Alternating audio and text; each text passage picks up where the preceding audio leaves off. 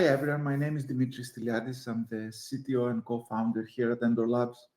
I've been in the software engineering business for almost 30 years now, and I have been having a lot of fun playing with AI lately. Yeah, it's kind of become a core part of your role, right? Yes, exactly.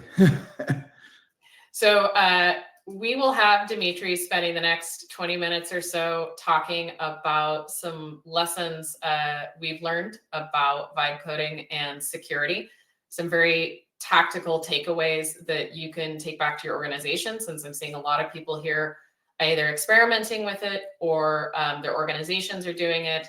And while I think we all know it has the potential to make things go faster, we're still in these early days where it's a little like giving your car keys to your kid and hoping for the best. So Dimitri, go ahead and take over the screen share, and I'll let you get started. Again, thanks everyone for joining us for this session. And what I'm going to discuss today is a little bit, obviously, unless if you are hiding in a remote island, everybody's been hearing about AI and vibe coding and agents and so on. So we're going to take a look today at where they are today and where we think that they will be in the future, and then also what organizations can do in the meantime while the transitions are happening, and what they can do in the long term as AI coding is becoming more and more popular, let's say. Clearly, probably lots of people are familiar with copilots, and if you use VS Code, if you use Cursor, whatever, right, you get interactive assistance in coding immediately. Just the last 3 days, like last week, OpenAI released Codex, that is an autonomous agent that does coding. Within 3 days, GitHub and Google released their own agents that do the same thing. So things are changing so rapidly. And as somebody was saying, the AI halftime at this point is like 3 or 4 days, right? So whatever I say might be obsolete next week, but that's the world we are living in. So, the whole idea and the popularity became obviously because LLM tools and these coding agents allow a very fast way of transforming ideas into code. People have been using them in different levels. The one starting all the way from the autocomplete in the editor, going all the way to giving a prompt and letting the agent completely create an application. We have to recognize, though, that these tools have been trained on essentially public GitHub repositories, right? They have been trained on public code mostly.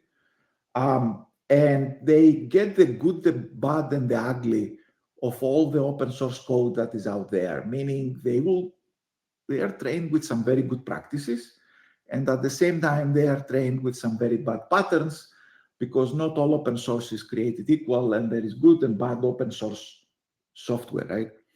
But the main thing is also, and that's where the dangers, at least for AppSec, start becoming more prominent, is that these tools allow non-programmers and non-software engineers to generate a lot of code. So AppSec was a function that was mainly focused on helping an organization deal with the security issues of the code that a handful or maybe 1,000 developers are introducing. Now you will have to deal with the security risks of the code that potentially thousands, several thousands, or tens of thousands of a company's employees are introducing, because they use one of these vibe coding mechanisms to generate code and run it against enterprise data, right?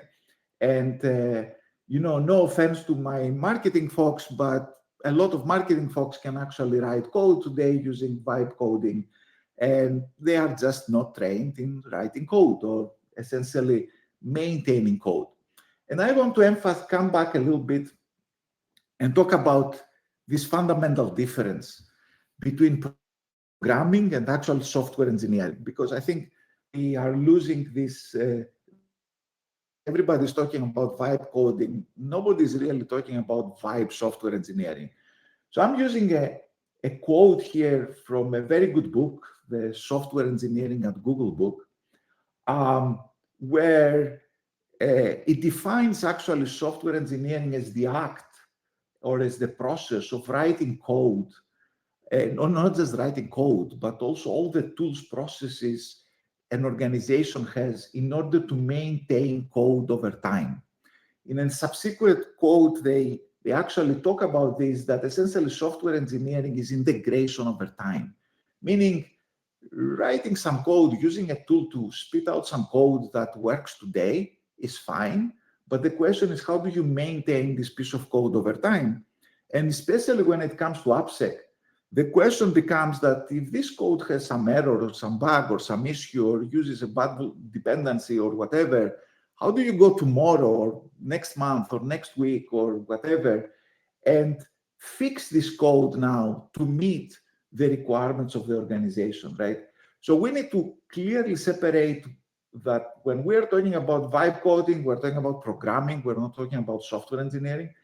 And at least today, that's what we're talking about. And we will see how AI and LLMs evolve to be able to actually do software engineering.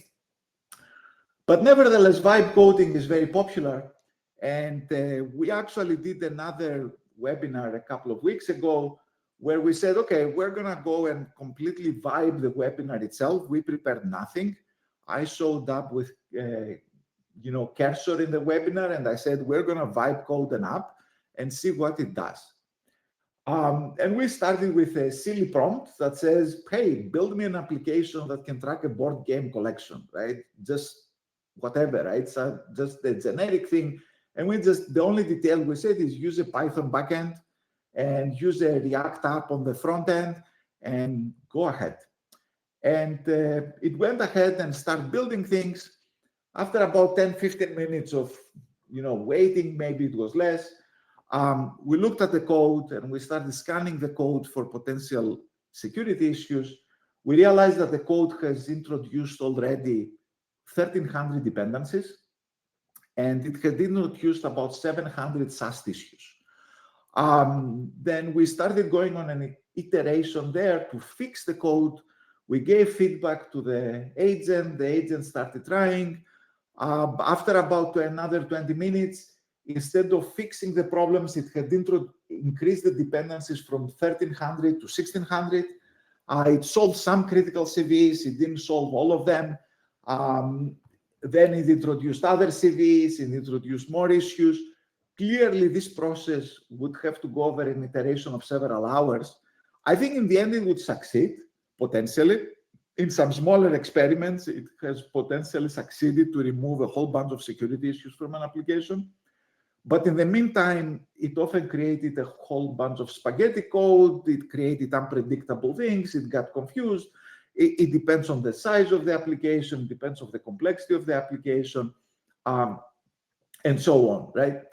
And again, this is something that we did as people that are very sensitive, if you want, to software security issues and very deep into software security issues. But my expectation at the same time is not that every person out there or every non-trained person that uses one of these tools would do the same process.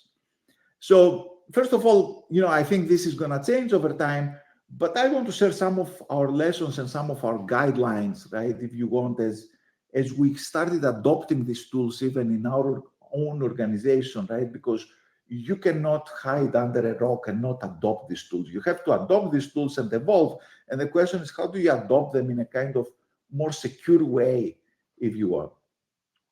So the first thing is, it's extremely important in all these tools to define guardrails.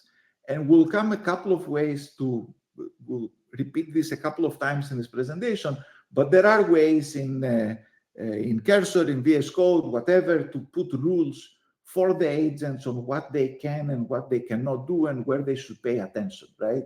So you can tell them, hey, don't use too many dependencies or try to limit the number of dependencies you're using. You can mandate a test-driven approach where if the tool is supposed to write a module or a function or part of a software, right, that it will also write unit tests, or in some cases you can mandate that it runs unit tests before it actually writes the code. Mostly a test-driven test-driven approach, and I have actually used this with a lot of success, where I tell the agent to first write a unit test about the problem that I'm trying to solve, and then I tell it to write the code that satisfies the unit test after I have validated that the unit test is actually meets my requirements. So that's one of the tricks you can use there. And then you have to apply org-wide policies on what people can and cannot use, right? Again, or what people should and should not use, and more importantly, what data should and should not be shared with these tools. And there are some gotchas that, are not straightforward. I'll give you an example. Like in a lot of cases in your repos, you have a git ignore file, and you put potentially secrets in some environment files. And then because of the git ignore, these secrets will never be committed and sent to your Git repo, so you are not going to make them public. This is a standard practice that a lot of developers will use. However, these git ignore files are not necessarily used by the vibe coding tools. The result is that your secrets now make it to the memory stores of these vibe coding tools, and they can leak from there, for example, right? So you have to pay a lot of attention on what files can be shared with these tools and what files cannot be shared with these tools. And this has to become if you want the policy that is applicable to the organization. The second thing is we have to recognize that these tools are trained over long periods of time with data that are obsolete.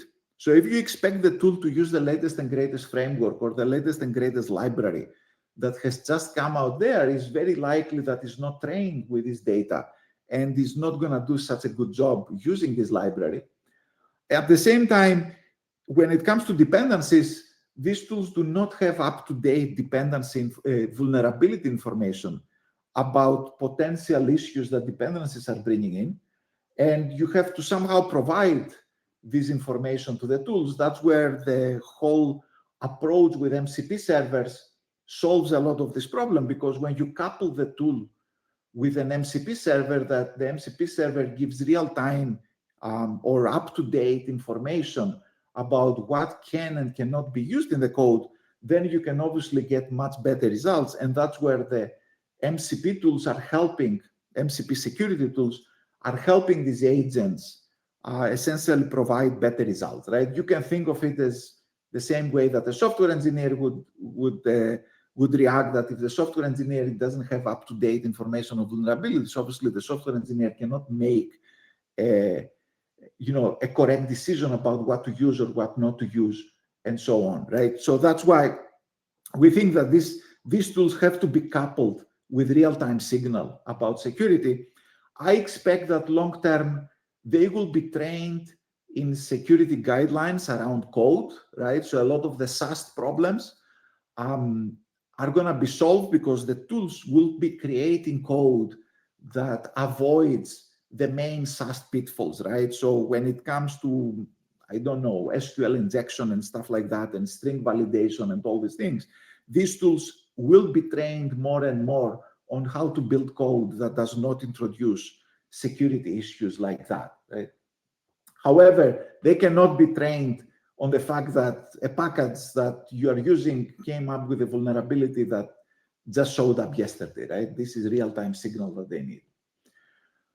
The other thing is, these tools don't pay attention by default to what dependencies they bring. As I demonstrated earlier, even for a simple app, they brought like 1,300 dependencies because they brought one dependency that brings other transitive dependencies and so on, right? So they will not be able to judge, necessarily by default that, hey, if I do this import here, I might end up bloating the code and so on, right? They are not optimized for this type of things. So again, through MCP tools, through MCP servers, you can give real-time feedback to the tools, and they can use this feedback in order to produce more secure code, right? That's another important aspect of this equation. The next thing is, and that is where I think the industry needs to evolve a lot, right? So let's assume that you write a prompt and it goes to the tool and you interact with the tool and the tool generates code. I can pretty much guarantee you that if you write the exact same prompt a second time, you're going to get a completely different code, right? By definition, LLMs are probabilistic tools, right? They will generate code that is not going to be the same between two runs with the same prompt, no matter how much effort you're putting on the prompt there. And that is extremely important to understand, that at some point, if you try to maintain this code, you need to understand both the prompt that generated this code as well as the code itself, right? One gap that we're having today with a lot of these tools is that you don't actually have a history of the prompts that actually generated the code, and you end up with these non-deterministic things, because when you try to go later to fix the code, you are gonna be getting very different results, right? And so what we believe and what we have trying to experiment with is that as we go forward, when we save the code, we don't just save the code, we also save the prompt that generated the code and the model that generated the code. So then we can use this history and this memory to potentially drive the agent going forward on how to fix problems or how to incrementally do things in the code, right? Because you created an app with vibe coding, you go down the road, you want to add a feature in the app, you have no history of how this thing was generated. And it's important to understand this history, and it's important to recognize that it's going to be non-deterministic. And that's where now the more deterministic tools, again, that you couple together with the agents, start giving the agents a little bit of feedback to create some form of determinism, right? So that's why I'm saying there are increasingly MCP servers coming into production that will give feedback to the tool about the quality of the code, will give feedback to the tool about reusability of the code, in order to introduce, if you want, some form of determinism on the code that it produces, and avoid the pitfalls where you tell the LLM to fix a small bug in the code and it goes and changes 100 files, and you really don't know what is happening over there, right? So you need to try to introduce, to fix your prompts, if you want, and fix the way you use the tool to avoid these massive changes across the code base, just because you are trying to fix a font, for example, somewhere. And that comes to prompt engineering, and that has been my own experiences. I will give you a classic example. You build some code, even you build some code itself. A very good use of the LLM is to write unit tests for the code. You let the LLM start writing unit tests of the code. It's not going to use any of your standard testing frameworks. So you need to start giving instructions to the LLM that, hey, if you want to write a unit test, you need to use these mocks, and you need to take an example of this other unit test that I'm using, and you need to use this library and so on in order to do what you want to do, right? And now you cannot let every user repeat or innovate on how to write these prompts. So that's where it comes with prompt reusability, where you have to take these tools now and create these rules that most of them allow today, and make it part of the tool that essentially the whole organization will share. And then everybody that is using one of these tools to write code, they will also write unit tests using a particular pattern. Or if the organization has decided that specific coding like guidelines must be met, these rules are part of the tool, and the LLM is using these guidelines to generate the tool. And then the other extremely important from a security standpoint aspect is protect your sensitive data. Again, the tools are going to send to the LLM every single file that you have in your directories potentially, And you have to make absolutely sure that they don't share critical data, because again, you are increasing the blast radius. The very classic approach that all these tools use is that they will take all your code and they will index it in a RAG, right? They will index it in a database on their backend. And what they will do is they will index your secrets as well. They will index your certificates. So if you don't explicitly tell this tool to stop from indexing all your secrets and certificates and so on, these things will find themselves in a RAG, in some database. You never know how this database is served. You never know how this database is protected. You're just increasing your blast radius, right? So pay extreme attention on what data is allowed by these tools to be, transitioned into their backend. And understand also that different models will behave very differently on these things. So again, proper testing, proper qualification by security is needed before these tools become widely used in an organization. And we have to understand that we don't want to increase our blast radius by using these tools. So what are, my personal takeaways? And, I will share that in our organization, we have about 60 engineers. They are all using Cursor at this point. They are all using AI-assisted development. And my experiences say that the tools at the hands of experienced developers are a force multiplier. They will increase productivity dramatically. The same tools at the hands of inexperienced developers or non-developers will just create a huge amount of work for the experienced developers and for the AppSec teams that are trying to figure out what the heck is going on over here. The tools are not designed yet with software engineering in mind.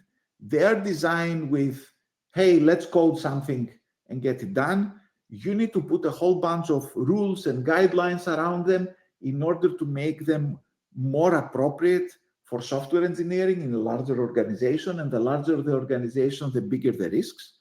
So you need to pay extreme attention on how you deploy the tools in the organization. As I said, use rules, mandate the use of rules, pay special attention to what files are set with the rules. It's not just, it cannot be vibe deployed, if you want, in the organization, right? And then the last takeaway is make sure that as the deployments go, the tools are using more determinism, and the determinism is provided these days by MCP. It is provided by coupling these tools with deterministic tools that will do code analysis, linter analysis, security analysis, dependency analysis.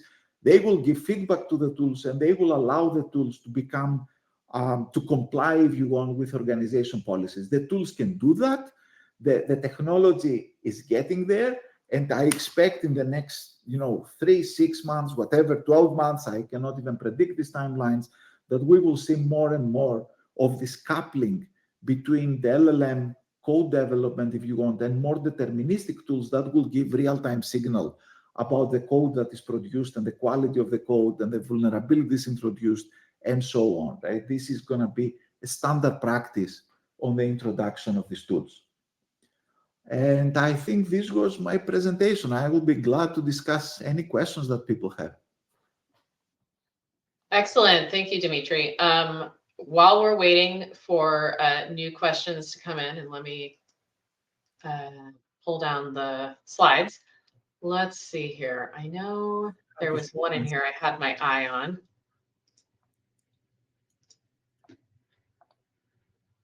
I wish it let me sort these so that I don't lose them. So while we're waiting for me to pick a question, Devika just dropped the link to Dimitri's LinkedIn if you want to follow what he is talking about.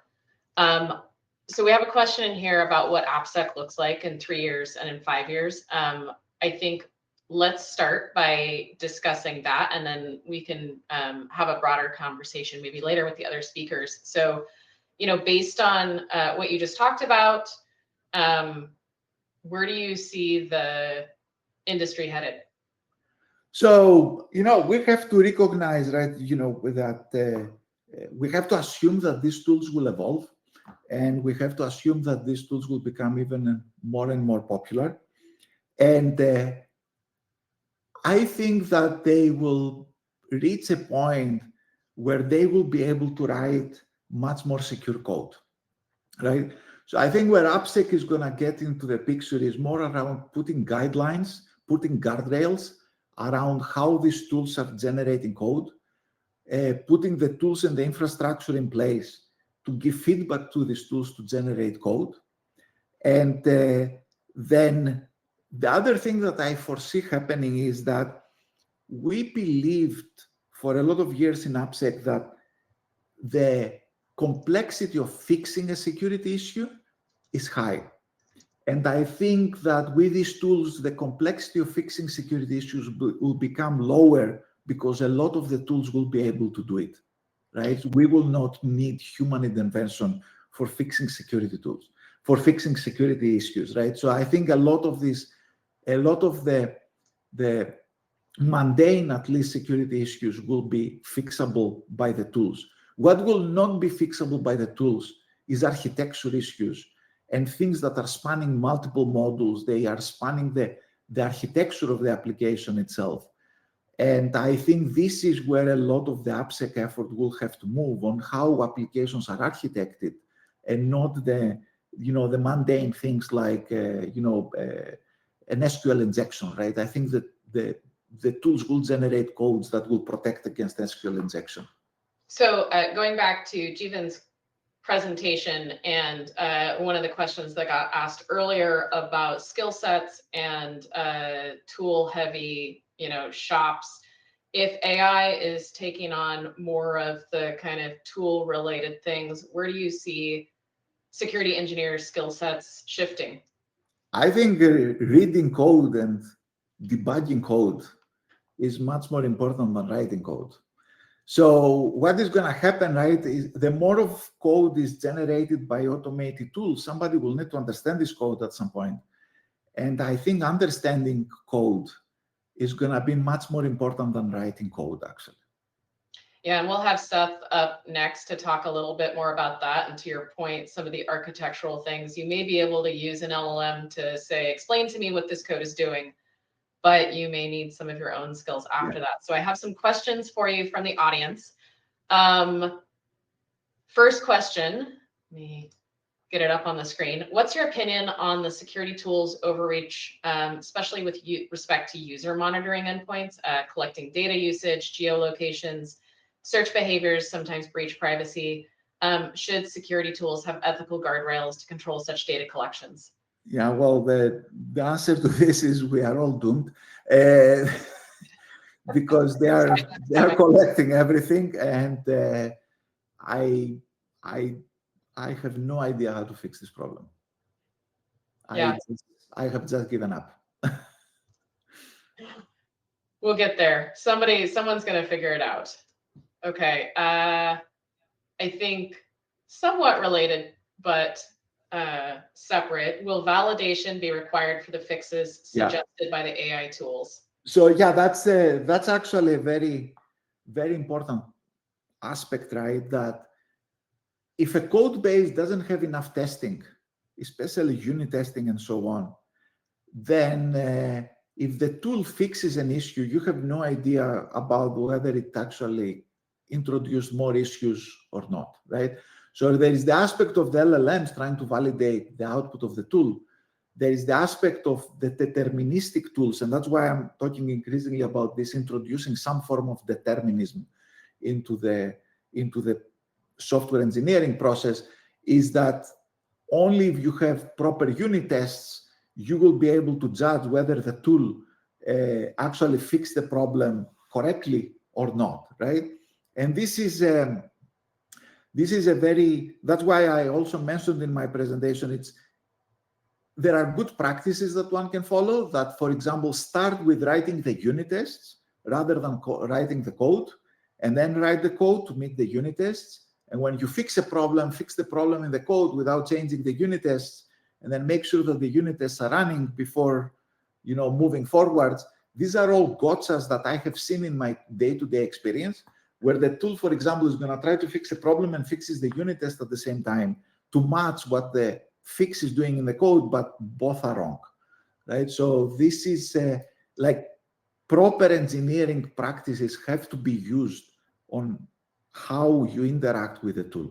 That's why I'm coming back to this, right? At the hands of an experienced developer, they are force amplifiers. At the hands of an inexperienced developer, they will just create havoc. Yeah, so kind of going back to fundamentals, that we need engineering standards and we need security standards to be part of those. Okay, last question. This person says that they're seeing lots of startups thinking low code is great. Software isn't that hard, but they miss security completely. How can you suggest good prompt engineering skills which promotes a secure by design approach?